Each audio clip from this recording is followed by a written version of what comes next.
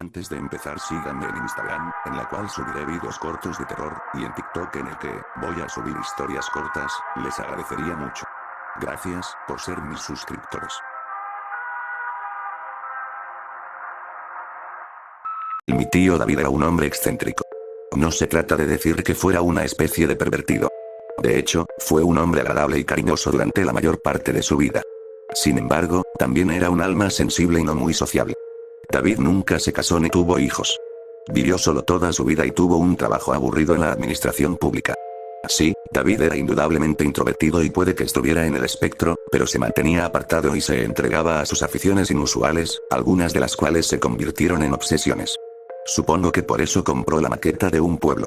Para aquellos que no estén familiarizados con el concepto, una maqueta o un pueblo en miniatura es una atracción muy asociada con la campiña inglesa, aunque quedan pocos en el siglo XXI.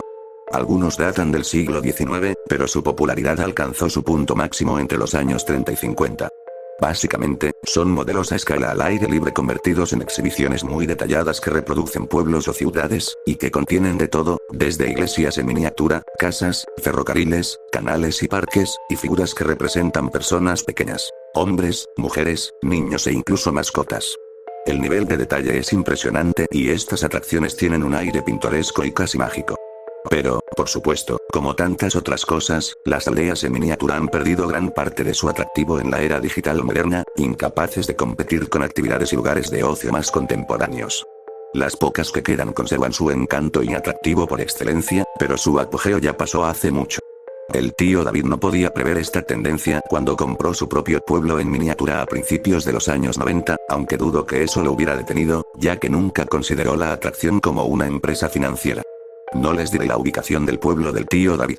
Ya no existe, pero no puedo garantizar que su antiguo emplazamiento sea seguro o que el mal que una vez habitó allí haya desaparecido. Sin embargo, se los describiré. El pueblo se llamaba Mossville, un nombre extraño con matices ligeramente siniestros. Este era el nombre que tenía la atracción cuando David la compró, y él se mantuvo firme en que el nombre no cambiaría. Después de todo, era un defensor de la tradición. Mossville se construyó a escala de 1 a 72 y contenía la mayoría de las características que uno esperaría encontrar en un pueblo inglés tradicional de finales del siglo XIX o principios del XX. La calle principal estaba formada por una iglesia con campanario, anglicana, por supuesto. Un ayuntamiento impecable con un techo abovedado de cobre y una escuela con grandes ventanales. La calle también contenía varias tiendas elegantes, una carnicería, una tienda de comestibles, un pub del pueblo, un banco y una oficina de correos, el tipo de pequeños negocios que están desapareciendo lentamente en el mundo real. Al lado de la calle principal se encontraban las casas y los edificios, una mezcla de pintorescas cabañas y casas adosadas de estilo georgiano. Los detalles eran asombrosos, hasta los pequeños parterres de flores en los jardines rodeados de vallas blancas. La mansión estaba situada en el límite del pueblo, cerca del arroyo construido a propósito que atravesaba el paisaje rural. La casa tenía 4 pisos, con vidrieras y torretas.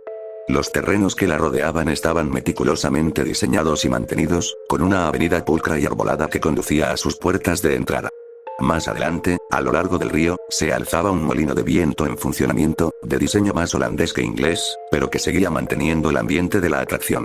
El último elemento destacable era la estación de tren al sur del pueblo, un largo andén y una estación de ladrillo rojo con una vieja locomotora de vapor que permanecía permanentemente sobre los raíles, con sus vagones contiguos divididos en primera, segunda y tercera clase.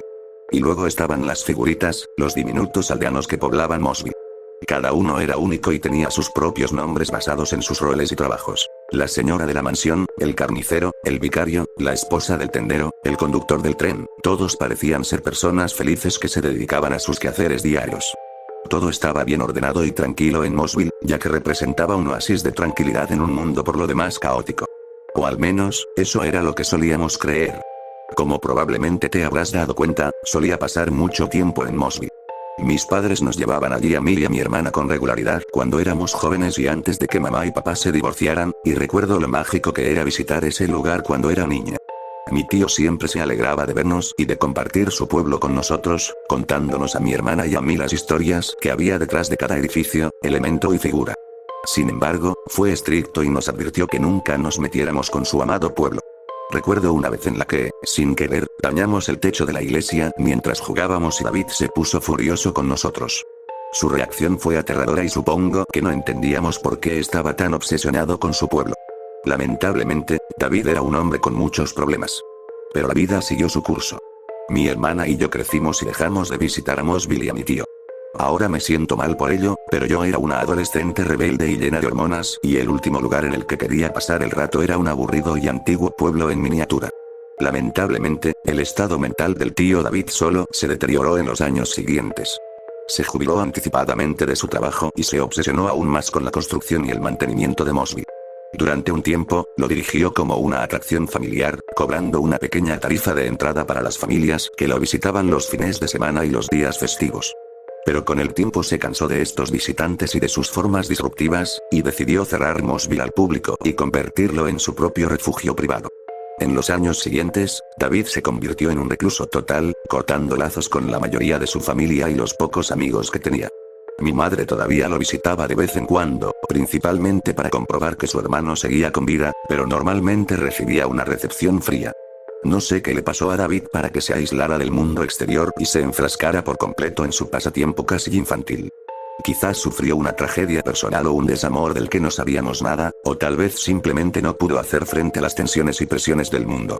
En cualquier caso, me temo que su vida estaba destinada a terminar trágicamente. Así que déjenme contarles sobre el verano de 2001. Mi madre no había visto a su hermano en unas 2 semanas. Llamaba por teléfono con bastante frecuencia, pero mi tío rara vez contestaba o devolvía la llamada.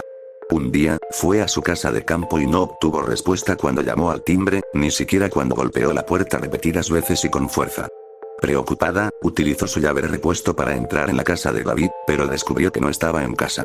En ese momento, las alarmas empezaron a sonar, ya que David rara vez salía, pero mamá no se asustó todavía. Empezó a preocuparse de verdad cuando condujo hasta el lugar de Mosville y encontró el taller de David vacío y sin señales de él en el pueblo. No solo eso, sino que el lugar era un desastre, con edificios en miniatura destrozados y figuras rotas y esparcidas por todo el cemento y el césped. Mamá sabía lo mucho que Mosville significaba para su hermano y no podía evitar imaginar el impacto que este acto de destrucción desenfrenada tendría en su estado mental. En ese momento entró en pánico y llamó a la policía, pero no pudieron presentar una denuncia por desaparición hasta 72 horas después. El plazo llegó y pasó y la denuncia fue procesada, pero no se recibió ninguna información. Mamá llamó a la policía todos los días hasta que dejaron de devolverle las llamadas y entonces empezó su propia búsqueda. Publicó historias en la prensa local, colocó carteles de personas desaparecidas por todo el campo y creó un sitio web para solicitar información, ya que esto fue antes de que las redes sociales se convirtieran en algo importante. Trabajó muy duro durante mucho tiempo, pero nunca consiguió ninguna pista sólida. Fue desgarrador para nosotros ver cómo la búsqueda infructuosa consumía a mi madre. Ella siempre se sintió responsable de la desaparición de su hermano, sentía que debería haberlo cuidado mejor. Le dijimos constantemente que ella no tenía la culpa, que él era un hombre adulto que había tomado sus propias decisiones, pero no sirvió de nada. Nuestra madre mantuvo la fe durante años, todavía creía que David aparecería algún día. Sin embargo, yo no compartía su creencia. Mi tío siempre estaba preocupado y yo temía que se hubiera ido a algún lugar tranquilo para terminar con su vida. Tal vez su cuerpo había sido arrastrado por el mar y por eso nunca lo encontraron. Creo que toda la familia compartía mi teoría, pero nunca hablamos de ello y nunca le dijimos a mi madre lo que pensábamos. Le habría roto el corazón. En cualquier caso, la búsqueda pasó de fría a gélida y después de 7 largos años mi tío fue declarado legalmente muerto. Este triste acontecimiento destrozó a mi madre. Siguió adelante con su vida, estuvo presente para su familia, sus hijos y sus nietos, pero una gran parte de ella murió junto con su hermano, y nunca se recuperó del todo de la tragedia. Creo que nos sorprendió a todos cuando descubrimos que David había redactado un testamento y nos había dejado todas sus posesiones y bienes a mi hermana y a mí, incluido su adorado pueblo modelo. Mi hermana acababa de tener un bebé y no tenía tiempo para ocuparse de todo ese lío, y yo no podía pedirle ayuda a nuestra madre porque todavía era demasiado duro para ella. Así que asumí la tarea de ocuparme de la herencia de mi difunto tío. El plan era vender y dividir el dinero. En realidad no había otra opción práctica. La casa de David estaba en un estado bastante deteriorado después de todos esos años, pero sabía que algunas reformas la arreglarían bien y, con el mercado inmobiliario como estaba, podríamos venderla por un buen precio. Sin embargo, Mosville era un caso distinto. No había prácticamente ninguna posibilidad de venderlo como negocio en marcha. El mercado de pueblos modelo en el mundo moderno es casi inexistente por las razones explicadas anteriormente y, además, el terreno era un desastre. Mi mejor opción era vender el terreno para desarrollarlo, pero primero necesitaba tasar y valorar el terreno, teniendo debidamente en cuenta el permiso de planificación y otras cuestiones. Hice mi primera visita para conocer el lugar. Admito que sentí inquietud mientras conducía hasta el sitio de Mossville, ya que todos los viejos recuerdos volvieron a invadirme. Habíamos pasado buenos momentos allí durante nuestra infancia, pero no dejaba de recordar cómo el tío David se había enfadado con nosotros cuando dañamos accidentalmente el techo de la iglesia, y la terrible tristeza que mi madre sintió después de su desaparición. Lamentablemente, mi estado de ánimo no hizo más que empeorar cuando llegué al lugar. Los días de gloria de Mossville habían quedado atrás. Las calles, casas y figuras que antes estaban impecablemente conservadas eran ahora un desastre. Todo estaba destrozado o desgastado por años de exposición a los elementos. El pueblo estaba vallado, pero los vándalos habían entrado de todos modos, marcando el lugar con grafitis y contribuyendo a la destrucción. Admito que se me llenaron los ojos de lágrimas al contemplar los daños. Fue trágico ver este lugar, que una vez fue idílico, reducido a un estado tan terrible. Pero también había algo más. Nunca he sido muy creyente en el mundo espiritual, pero algo me impactó mientras caminaba por el pueblo en miniatura en ruinas. Experimenté una depresión casi paralizante, una tristeza terrible que iba mucho más allá de lo que debería estar sintiendo. Era como si este lugar, que una vez fue mágico, hubiera asumido una aura oscura, una de tragedia y muerte que amenazaba con consumir a cualquiera que caminara por allí. Debería haber escuchado a mis instintos, pero por supuesto no lo hice. En lugar de eso, me dije a mí misma que mis emociones me habían vencido y que necesitaba recomponerme. Tenía un trabajo que hacer, por desagradable que fuera, y por eso me puse a trabajar en la limpieza del lugar.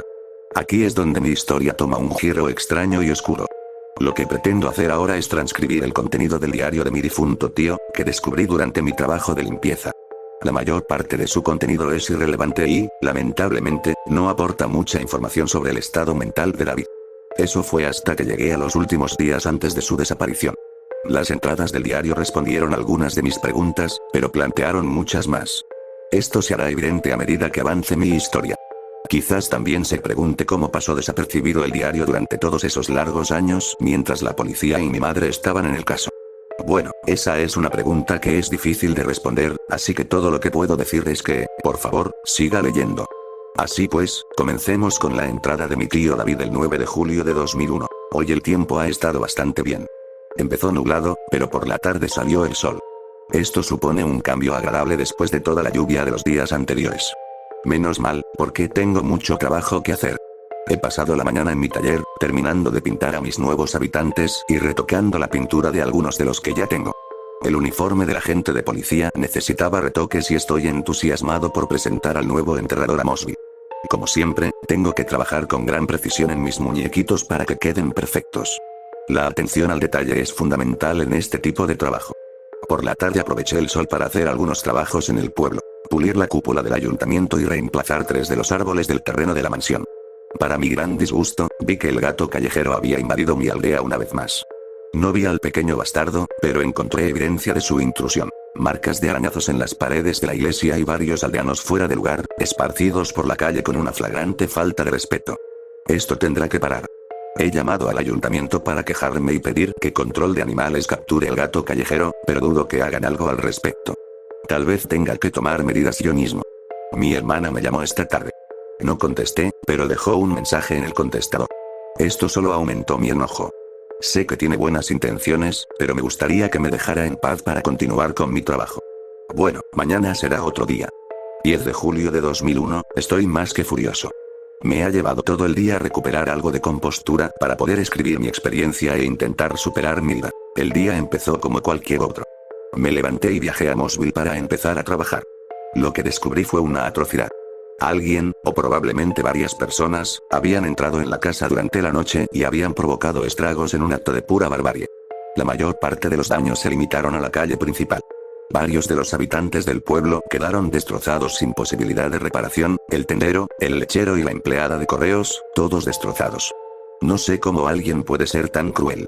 Hubo algunos daños superficiales en varios edificios, pero los vándalos descargaron su ira en la iglesia, rompiendo el campanario por la mitad, aplastando el techo y pisoteando el edificio hasta dejarlo en el suelo. Tendré que reconstruir toda la iglesia desde cero. Estaba tan enfadada que las lágrimas me rodaban por las mejillas y tuve que controlar mi respiración antes de pensar en mi siguiente paso. Una vez que me tranquilicé un poco, llamé a la policía para denunciar este acto de destrucción desenfrenada. Lamentablemente, esto solo aumentó mi enfado. Dijeron que procesarían mi informe y enviarían a un agente a su debido tiempo, pero me di cuenta de que no se lo estaban tomando en serio. No hay duda de que el vandalismo fue obra de adolescentes delincuentes locales. Los niños de hoy son poco más que animales, semisalvajes y sin disciplina de sus padres o maestros. La policía no hará nada para detenerlos, por lo que estos vándalos campan a sus anchas, destruyendo propiedades y arruinando la vida de las personas. Este país realmente se ha ido al traste. Pasé el resto de la mañana limpiando el desastre, pero había otro giro repugnante en esta historia repugnante. Casi lo pasé por alto al principio, escondido como estaba en la parte trasera de la iglesia destruida. Cuando lo vi, mi corazón se congeló por un segundo y creo que sufrí un momento de auténtico terror. La figura estaba construida a la misma escala que mis aldeanos, 1:72, lo que significa que solo medía 1 pulgada de alto. Supe de inmediato que no era uno de los míos. Después de recuperarme de mi sorpresa inicial, me puse de rodillas para examinar la miniatura con más detalle. Lo que vi fue una parca, una figura siniestra vestida con una túnica oscura que le llegaba hasta los pies y con una capucha que le cubría la cabeza. La figura no tenía rostro, pero sí llevaba una guadaña casi tan alta como él, cuya hoja estaba hecha con una pequeña navaja de afeitar real. La figura me pareció repulsiva y jamás habría tenido una miniatura tan fea en mi pueblo. Pero esto me hizo plantearme la inquietante pregunta de quién había dejado la figura y por qué. Empecé a dudar de mi teoría inicial en ese momento, pensando que era un truco demasiado sofisticado para matones adolescentes. Quizás se trata del acto de un aldeano modelo rival, celoso de mi creación. Llevé la figura de la parca a mi taller para examinarla más de cerca. La observé con lupa y me impresionó la precisión con la que su creador había trabajado. Era claramente obra de un profesional. Sin embargo, había algo muy desconcertante en la miniatura, una sensación espeluznante que no podía explicar. Pero las cosas se pusieron aún más raras. Cuando cogí la figura, vi que estaba helada, como si acabara de salir del congelador. Pero cuando la sostuve en mi mano, la figura se calentó de repente e inexplicablemente, y en un momento se puso tan caliente que me quemó la mano, lo que me obligó a dejarla caer al suelo. Admito que solté un juramento de rabia mientras miraba a la pequeña parca que yacía en el suelo de madera de mi taller. No podía entender lo que acababa de pasar. ¿Era alguna clase de nueva tecnología? Admito con gusto que soy un ludita, así que supongo que es posible. Debería haberme quedado con la figura como prueba, pero en mi ira actué apresuradamente, usando unos alicates para levantar la miniatura al rojo vivo y arrojarla al horno, observando con una satisfacción sombría cómo se quemaba hasta convertirse en cenizas. Ya es hora de dormir, pero todavía estoy enojado y confundido, así que dudo que pueda dormir mucho esta noche. En cualquier caso, regresaré a Mosby a primera hora de la mañana. Rezo porque este feo incidente sea algo único y pueda dejarlo atrás. 11 de julio de 2001, los intrusos regresaron durante la noche. Fue una ingenuidad por mi parte pensar que no lo harían. Estoy enfadada, pero también profundamente perturbada. Permítanme tratar de explicar lo que sucedió. Llegué a Mosby poco después del amanecer y me puse a trabajar en la reconstrucción de la iglesia. Al principio no parecía que hubiera más daños, pero luego me di cuenta de que faltaban varios habitantes del pueblo. El dueño del bar, la maestra de escuela, el bombero, la enfermera y el alcalde habían desaparecido. Busqué frenéticamente a mis personitas, con la esperanza de haberlas extraviado. No pude encontrar sus cuerpos, pero sí las cabezas. Sí, me cuesta creer que esté escribiendo esto, pero eso es lo que encontré. 5 cabezas diminutas y cercenadas, todas cuidadosamente empaladas en la barandilla frente al ayuntamiento, formando una exhibición enfermiza y macabra. Apenas podía creer lo que veía. Estaba horrorizada, disgustada y también asombrada. La cantidad de esfuerzo que debió haber requerido quitar las cabezas de los modelos de 1 pulgada y montarlas en barandillas de solo milímetros de espesor. Casi desafiaba la creencia.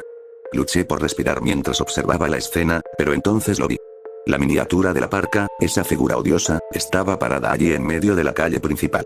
Era como si se estuviera burlando de mí. No podía ser el mismo modelo del día anterior. Lo había visto arder por el amor de Dios. Me quedé mirando al segador por un momento antes de darme cuenta de que quienquiera que estuviera haciendo esto debía haber hecho varias copias de la figura para jugar con mi cabeza. Me sentí paranoico en ese momento, escudriñando el horizonte mientras imaginaba que mi torturador me estaba observando desde lejos. Sin embargo, pronto me tranquilicé. Estaba seguro de que el vándalo era demasiado cobarde para mostrar su rostro durante el día. Seguramente regresaría al amparo de la oscuridad, pero la próxima vez lo estaría esperando. En un ataque de ira, pisoteé a la parca con mi bota y la hice pedazos. Ya es suficiente. Esta noche montaré guardia aquí mismo y atraparé al bastardo en el acto. Se arrepentirá de haberse metido conmigo. 12 de julio de 2001, estoy en el infierno, ¿es esto real? No lo entiendo y tengo mucho miedo. Me quedé dormida en algún momento de la noche, tumbada en el césped junto a mi precioso pueblo. No era mi intención hacerlo, pero estaba muy cansada. Cuando me desperté, me di cuenta de inmediato de que algo no iba bien. Parece una pesadilla, pero de alguna manera es real. La hierba sobre la que había dormido era ahora tan alta como yo. Me quedé mirando las briznas de hierba con asombro y luego el barro bajo mis pies. Confundido, avancé tambaleándome, abriéndome paso entre la hierba alta y esperando en vano que hubiera algún tipo de explicación lógica. Vi un diente de león del doble de mi tamaño y casi me da un ataque al corazón, pero esto fue solo el principio. Mientras caminaba con dificultad por el barro, vi que la tierra que tenía delante se movía y que algo enorme emergía de debajo del suelo. Di un paso atrás y retrocedí horrorizado al ver una enorme bestia viscosa parecida a una serpiente que se abría paso hasta la superficie y salía del agujero que había creado. Me llevó un momento darme cuenta de lo que estaba viendo, mientras su forma rosada y segmentada salía al descubierto. Era una lombriz de tierra, pero había alcanzado un tamaño inmenso, un tamaño imposible, fácilmente tan alto como yo y con un cuerpo tan grueso como mi muslo. Me quedé allí, paralizado por el miedo, mientras observaba a la bestia deslizándose ciegamente hacia mí. Pero un momento después, una enorme sombra apareció sobre mi cabeza. Una forma enorme que nos empequeñecía tanto a mí como al gusano. Se oyó un graznido ensordecedor, un estruendo agudo que casi me ensordeció. Un segundo después, la enorme bestia alada descendió en picado, extendiendo sus poderosas garras. Observé aterrorizado cómo la criatura empalaba rápidamente al gusano de tierra con sus afiladas garras antes de sujetarlo dentro de su poderoso pico. La bestia alada volvió a graznar mientras agitaba sus enormes alas y ascendía de nuevo hacia los cielos azules. Miré hacia arriba mientras mi improbable salvador volaba y una vez más me quedé asombrado al reconocer las plumas negras, marrones y blancas del pájaro monstruoso, que me di cuenta de que no era nada más que un gorrión de jardín común. En ese momento me derrumbé, sin entenderlo todavía, pero sabiendo que estaba en grave peligro. Corrí durante mucho tiempo, abriéndome paso entre las altas briznas de hierba y las gigantescas flores silvestres. Finalmente, llegué al borde de la pradera y me encontré caminando sobre cemento duro. Me detuve y miré hacia adelante, y entonces lo vi. Mossville, mi aldea en miniatura. Excepto que ya no era miniatura. La escala era de 1 a 1.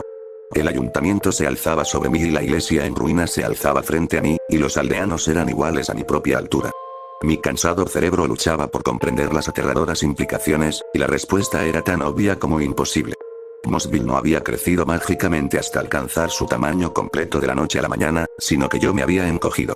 Inexplicablemente, ahora medía apenas 1 pulgada, era una presa potencial de insectos y pájaros pequeños y no tenía nada más que la ropa que llevaba puesta y el diario que llevaba conmigo, que también se había encogido a un tamaño proporcionalmente pequeño.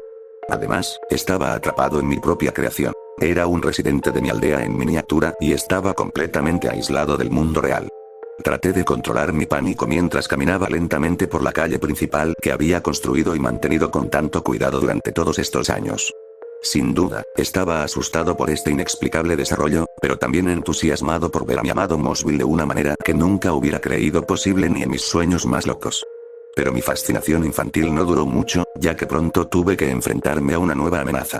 Escuché un sonido familiar, un silbido repugnante amplificado 100 veces. Cuando miré hacia arriba, vi a la bestia, un leviatán para mí en mi forma reducida. Era el gato negro, el callejero que me había causado problemas durante las últimas semanas. Había podido ahuyentar al felino con bastante facilidad cuando era un hombre de 1,80 m, pero ahora el gato pequeño era tan grande como un T-Rex en comparación con mi diminuto tamaño. Estaba de pie en el otro extremo del pueblo, con sus hambrientos ojos verdes mirándome como si yo no fuera más que un bocadillo para gatos. Jadeé de horror cuando vi al gato ponerse de pie, con las orejas hacia atrás y los ojos muy abiertos antes de atacar. El monstruo pisoteó la calle principal de cemento, el suelo temblando bajo su enorme tamaño y peso. Corrí para salvar mi vida, buscando desesperadamente un refugio mientras el depredador cerraba rápidamente la brecha. Llegué al ayuntamiento justo a tiempo, entré corriendo por la puerta y me escondí. El gato llegó a la puerta un segundo después, pero afortunadamente era demasiado grande para entrar. Miró fijamente la entrada con sus ojos depredadores, abrió las fauces y reveló unos colmillos enormes y afilados. Luego metió la pata por la pequeña puerta y extendió sus garras mortales. Grité, retrocediendo hacia la pared más alejada y lo más lejos posible del ataque con garras. Afortunadamente, estaba fuera del alcance del depredador y, por lo tanto, permanecí relativamente a salvo dentro de la estructura. El gato continuó su intento de entrar, pero afortunadamente sin éxito. Esperaba que se rindiera y buscara una presa alternativa, pero en lugar de eso, la bestia se tumbó en la calle principal, mirando fijamente al ayuntamiento mientras esperaba pacientemente a que saliera. Es como si el gato tuviera una venganza personal contra mí y no se rendirá hasta que esté en su vientre. Seguí atrapado dentro del ayuntamiento mientras escribo esto, sin comida, agua ni ninguna perspectiva de rescate. Estoy solo y asustado, y no sé cómo saldré de esto de una pieza. 12 de julio de 2001, por la tarde, el gato se fue poco después del anochecer. En realidad, no se fue, sino que huyó. Oí un maullido agudo antes de que la bestia saliera disparada a toda velocidad, haciendo temblar el suelo bajo sus patas. Me sentí aliviada, pero también preocupada. ¿Qué demonios había asustado al felino? ¿Era otro gato o un perro? Temí estar en un peligro aún mayor que antes. Pero, por otra parte, quizás el gato se había asustado por un ser humano. ¿Había venido mi hermana a buscarme? Si era así, tal vez ella podría salvarme de este aprieto infernal. Me acurruqué en el ayuntamiento durante varias horas más antes de sentirme lo suficientemente valiente para sacar la cabeza por la puerta. Para mi alivio, vi que todo estaba despejado. El gato no estaba a la vista, pero tampoco había nadie más. Sintiéndome un poco más atrevida, opté por explorar el pueblo bajo la tenue luz de la luna y las estrellas. No fue una decisión sabia. Mientras caminaba con cautela por la calle principal, pasando por delante de las tiendas de maquetas y las farolas, tuve la inquietante sensación de que alguien me observaba. Tenía la garganta seca porque no había bebido nada en casi 24 horas, así que me dirigí hacia el arroyo, ahuecando el agua en mis manos y sorbiéndola con avidez. Por un momento me sentí mejor, pero luego levanté la cabeza y lo vi. La figura de la parca, que se encontraba justo detrás de la puerta de la mansión, me miraba fijamente desde la ladera de la colina. Era su tercera aparición, salvo que ahora ya no era un modelo diminuto que podía aplastar con el pie. La parca era ahora tan alta como yo. Estaba seguro de que esa cosa, fuera lo que fuese, seguramente era la responsable de mi terrible situación, pues había usado alguna forma de magia oscura para reducirme a esa diminuta estatura. No puedo explicar por qué, pero en ese momento un terror gélido me recorrió el cuerpo y creí que estaba en peligro mortal. Giré sobre mis talones muy para salvar mi vida, corriendo de vuelta al ayuntamiento y encerrándome allí. Sigo aquí, con frío, miedo y hambre. No me atreveré a abandonar mi santuario antes del amanecer. Solo puedo esperar y rezar para que mis perspectivas mejoren. 7 de diciembre de 2001, no sé a qué hora, Dios mío, el infierno ha llamado a mi puerta. Mis propias creaciones se han vuelto contra mí. Escribo frenéticamente porque no tengo mucho tiempo. Dormí un rato y me desperté de madrugada. Cuando me acerqué a la ventana, se me heló el corazón al ver cómo mi peor pesadilla se hacía realidad. Todos los habitantes de mi pueblo estaban allí, en la calle principal. Los artesanos, los escolares y todos los profesionales, incluso los 5 que me habían robado antes, menos las cabezas. Todos permanecieron allí con intenciones amenazantes, formando una turba y de cara al ayuntamiento. Los que aún tenían la cabeza en alto lucían diferentes a antes, las sonrisas que alguna vez tenían en sus rostros ahora se convirtieron en bocas que emitían gritos silenciosos, y sus ojos, que alguna vez fueron amigables, ahora se entrecerraron con ira. A la cabeza de ellos estaba mi némesis, el temible Grim Reaper, con su guadaña en la mano mientras apuntaba la siniestra arma en mi dirección. Y entonces empezó todo. El segador dio la orden, bajó su guadaña y la apuntó en mi dirección. Esa fue la señal. Para mi sorpresa y horror, todos los aldeanos cobraron vida de repente, marchando lentamente hacia adelante de una manera torpe, casi mecánica. No tenía ninguna duda de que tenían la intención de hacerme daño. Me acurruco en mi interior mientras garabateo esta nota, que seguramente serán mis últimas palabras. Están golpeando las puertas y las ventanas, tratando de entrar. No hay escapatoria. Espero contra toda esperanza que alguien encuentre este diario y le haga llegar un mensaje a mi familia, a mi hermana, mi sobrino y mi sobrina. Lamento mucho haberlos alejado. Los amo a todos. Esta fue la última entrada de mi tío, y no me importa decirte que sus últimas palabras me hicieron llorar. Probablemente te estés preguntando cómo descubrí el diario de mi difunto tío. Bueno, en muchos sentidos fue por pura casualidad mientras estaba limpiando el sitio. El diario todavía estaba en su tamaño reducido. Un libro en miniatura de menos de 1/4 de pulgada. Bien podría haberlo tirado a la basura junto con todos los demás modelos diminutos, pero cuando lo tuve en la palma de mi mano, tuve una sensación que me hizo pensar en mi tío.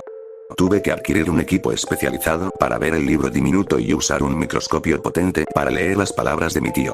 Su terrible final desafiaba la creencia, y sin embargo, en mi corazón sabía que era la verdad. Nunca le conté a mi madre sobre mi descubrimiento, temiendo lo que eso le haría. Ella fue a la tumba sin saber nunca la verdad. No había ningún cuerpo para enterrar y solo puedo suponer que su pequeño cadáver fue llevado por sus asesinos o consumido por la fauna local. Sin embargo, no me gusta pensar en ello, ya que me enferma imaginar los últimos momentos de mi tío.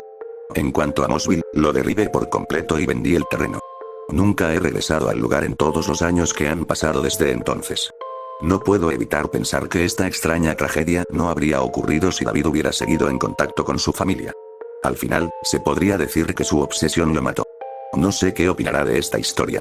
Yo mismo todavía no la entiendo del todo. Todo lo que sé es que hay poderes oscuros que escapan a nuestra comprensión y, lamentablemente, mi tío David cayó víctima de ellos. Así que mi último consejo es que tenga cuidado, porque nunca se sabe a dónde le llevará una obsesión malsana.